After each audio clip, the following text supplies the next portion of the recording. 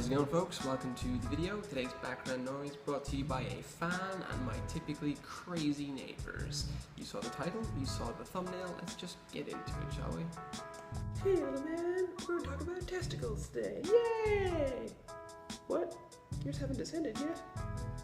Well, we can still talk about it, because forewarned is forearmed. Isn't that right, Rocky? No kisses. Yay! Thank you, Furious Pete. Thank you for sharing your personal experience despite it being clearly quite hard for you. Thank you for doing this back in 2014 when you were first struck down by your illness, and thank you for doing it now, today in November 2016, this month where we talk about this kind of thing. We talk about cancers that affect men and our reluctance to talk about them in general and to come forward about them if we don't feel like ourselves or if indeed we are suffering from them. Thank you for using your influence for good. You have a large channel, a lot of subscribers, a lot of people really like you, and you're using your outreach for good. Right? I really respect that. YouTube is a platform today where a lot of people, use it to pit themselves against one another and spread negativity and hate, but you're not doing that, not at all, so well done, man. I like how you use your honesty, your relatability, and your ability to just take life as it comes, to deal with the challenges and obstacles in a way that helps others, influences others to, look after themselves, to live better lives, and to raise awareness. I'd like to take a quick second now to say that I'm not just using the name or image of a bigger YouTuber to get views or attention. I'm doing this because back in 2014 I got sick too in quite a similar way, and he helped me. Furious Pete helped me. I've already mentioned my pain condition in a previous video. It happened in 2014. It was something that cost me a great deal of pain and discomfort. I remember watching his videos around the same time and seeing that he was also very sick and in a lot of pain emotionally and physically. I remember, even though my condition is nowhere near as bad, feeling like I could relate and understand to an extent. There is a lot of pain and panic when you feel like your body is in the grip of something that's going to change it or to maim it in some way, to take something away from who you are as a person, to diminish you. Severe pain, severe ailments can do that to a person. They don't just affect you in the way that the illness affects you specifically, it affects you mentally as well. It affects your outlook and your positivity and your energy. I'd also like to take a second to say that my condition is nowhere near as severe as Pete's was. I have, or had, and sometimes still have, a neuropathic pain condition. I've explained it before. It's where a nerve in part of my body is behaving incorrectly and sending pain signals to my brain, essentially stating like, oh hey, look at this thing, your body's in trouble, go get it checked out. But actually, my body's perfectly healthy. It just thinks it's in pain. What I had, just involves that pain. It won't kill me, it won't spread to other parts of my body, it doesn't involve invasive treatment, and I just want to say that in many ways Pete's struggle and the struggle of other cancer sufferers is far greater than mine. However, my pain was in a similar location. It has always been located precisely in my left testicle. When it first started hurting, I was absolutely petrified. I was sure it was cancer or a testicular torsion. I remember checking lots of online videos on how to examine yourself properly and reading articles and stuff like that to make sure that I was okay, to ease my mind. But I knew that I had to go to a doctor. And I remember what that moment was like. It was great. I have to go to a doctor. I have to show my man parts to a doctor. Fantastic. Now I knew it was going to be mortifying, but the truth is I've never been afraid to go to a doctor for something like this because I recognize the fact that a doctor is a qualified medical professional. They can't disclose the nature of your case or your condition to people, so there's never going to be a situation where it's like, oh hey, I saw this Luke guy in my surgery today. Yeah, he's got a really weird thing down there. You should see it. I took a picture. Look. Oh. Never going to be like that. I knew that, so I wasn't ashamed to go. I'm writing this on Tumblr and I'm making this vlog for those of you who don't share my openness. I recognize that there are people out there who are ashamed, who are afraid to voice their concerns, to bring these things to the attention of someone like a doctor. And this is advice I've given before, when you're feeling overwhelmed, it's a good idea to just take a few seconds to be overwhelmed, to be okay with being overwhelmed and to not to know what to do, and then to think, let's make a plan, let's fix this, okay? So let's talk about how to help. When I first got sick, and even after I'd been to doctors and I was told that I didn't have cancer, I didn't have a torsion, and that my body was essentially healthy, I still didn't feel okay.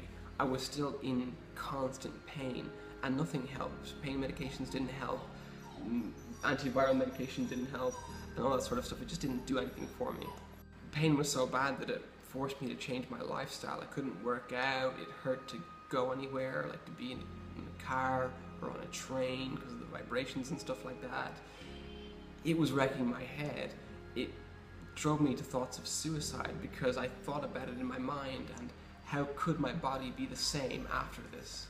Yes, I'd been assured that I was healthy, but in my mind I just couldn't convince myself that something wasn't wrong, and I just felt so wrong.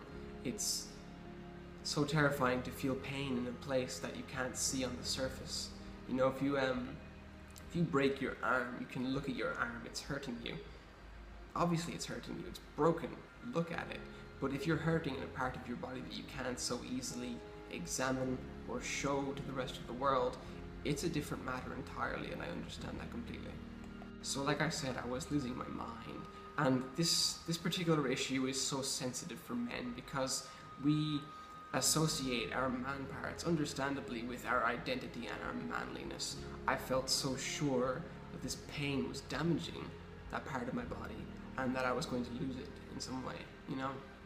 I was going to wind up maimed or disfigured after suffering from the pain for so long, and that felt like an honest to goodness compromise of who I was as a person and what I kind of stood for as a man. You know, I was heavily into martial arts at the time, I was heavy into lifting at the time, and I was so like, yeah, I'm a man, I'm trying to build muscles and stuff like that. I damn sure need my nuts in order to help me do all that sort of stuff, and you know, I want to have kids one day in the future. I really want that too, so this is so terrifying I don't even want to think about it, you know? It got to where I couldn't even look at my scrotum in the shower, you know?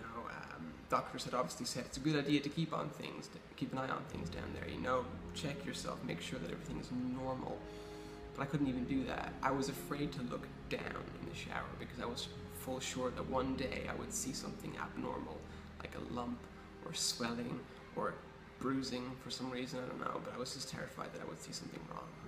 Now, I'm making this video 2 years after I first got diagnosed with the neuropathic pain condition. I suffered from constant pain for about 4 months, 5 months in 2014, and about 6 months this year. I had a year-long reprieve in 2015 for some reason. Not sure why. It wasn't an especially good year in any way, shape, or form, but I was just fine for 2015, I don't know. Mercifully, my health has been good. It's usually always been good, except for this condition, and it hasn't cost me any part of me. I sit before you, the Luke of 2 years ago, the Luke of 3 years ago, who was always fine. And generally I feel more positive about my condition and being in pain. I'm able to deal with it a lot better. It no longer sends me to the dark places that it once did.